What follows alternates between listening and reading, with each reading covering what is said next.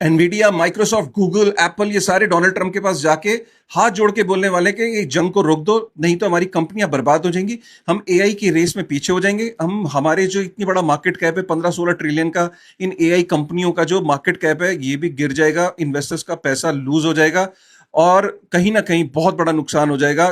Company जो AI की जो कंपनीज हैं, जो ओपन एआई, एंथ्रोपिक, इनके ऊपर जो ट्रस्ट बिल्डअप हुआ है वो भी खत्म हो जाएगा। सो बेसिकली क्या है पूरा मामला, ये जितनी भी एआई कंपनीज हैं इनके अंदर दो सबसे महत्वपूर्ण चीजें होती हैं, एक होता है जीपीयूज और एक होता है मेमोरी चिप्स। जीपीयूज पे तो इनका कंट्रोल है, लेकिन मेमोरी चिप के लिए बहुत बड़े डिपेंडेंट है किस पे? साउथ कोरिया पे। साउथ कोरिया के यहां से पूरी दुनिया में 60% जो मेमोरी चिप्स आते हैं वो साउथ कोरिया से आते हैं। और कुछ मेमोरी चिप्स जैसे ड्राम मेमोरी चिप और एआई एचबीएम मेमोरी चिप, इसमें तो 90% साउथ कोरिया प्रोड्यूस करता है। एआई के जो डेटा सेंटर्स हैं वो बिना मेमोरी चिप के चल ही नहीं सकते, चाहे उनके पास कितना ही जीपीयू हो।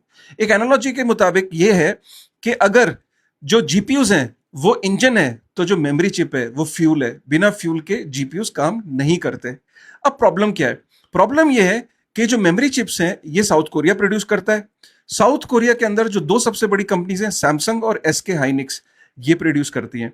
इन कंपनीज को, इन फैक्ट्रीज को प्रोड्यूस करने के लिए बहुत मैसिव लेवल पे इलेक्ट्रिसिटी चाहिए होती है।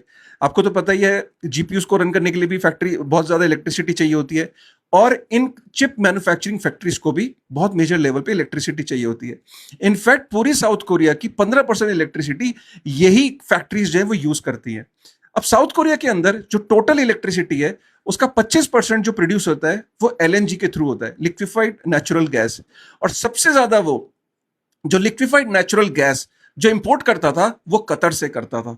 अब कतर ने अपना प्लांट बंद कर दिया। अब साउथ कोरिया के पास ऑप्शन नहीं बचा। लिटरली साउथ कोरिया के पास 9 दिन की एलएनजी बची है। सोचिए कि 25% जो इलेक्ट्रिसिटी एलएनजी से आती थी, आज उसके पास सिर्फ 9 दिन की एलएनजी बची है।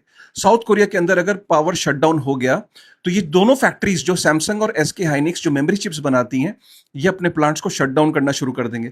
अगर इन्होंने प्लांट को शट डाउन कर दिया तो मेमोरी चिप्स जो है वो बनना बंद हो जाएगी और अल्टीमेटली डेटा सेंटर्स रन करना बंद कर देंगे, और एआई कंपनीज के ऊपर, स्टॉक मार्केट के ऊपर, स्टॉक प्राइसेस पे बहुत मेजर असर होगा और मार्केट कैप जो ट्रिलियंस में वाइप आउट हो सकता है।